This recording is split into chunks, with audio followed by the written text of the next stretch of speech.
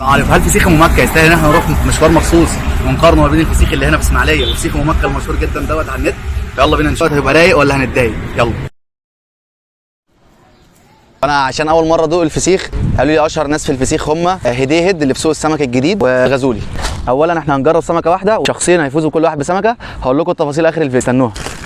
بسم الله. ده شكلها، ده شكل فسيخ ام مكه الكيلو 3 سمكات. كيلو الفسيخ دوت بتاع ام مكه عامل 350 جنيه. تاني واحد الغزولي، السمكه ديت كانت 350 جرام كانت عامله 65 جنيه، يعني تقريبا الكيلو ب 200 جنيه دوت الغزولي. دي السمكيه اللي جبناها.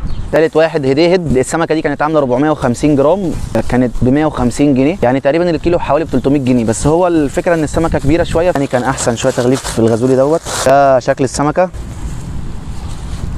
بصوا يا جماعه، انا اول مره في حياتي اكل فيها فسيخ، يعني عشان حاله شم النسيم وكده.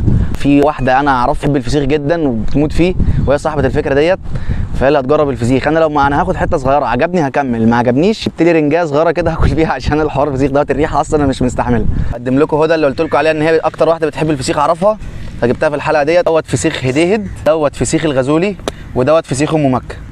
كل واحد ام مكه. شكل الفسيخ.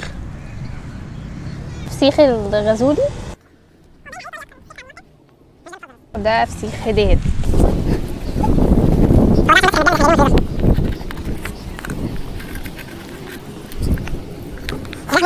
هدوق بقى فسيخ الغزولي، هاخد حته غير اي حاجه. دوق طعم الفسيخ لوحده الاول. الفسيخ ده مش مالح، ملحه قليل، حتى مش طعم الفسيخ كده. هدوق فسيخ ام مكه، احط حته فسيخ محترمه كده. تحفه.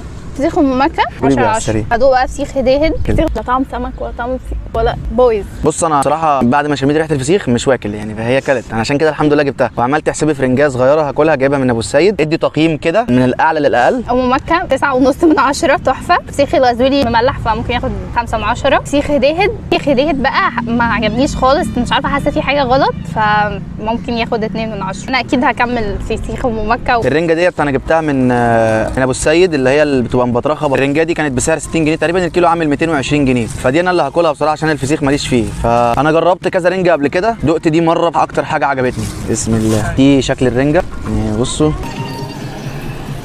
حاجه كده. بحب الرنجه بتاعت ابو السيد قوي. ده البطروخ بتاعها.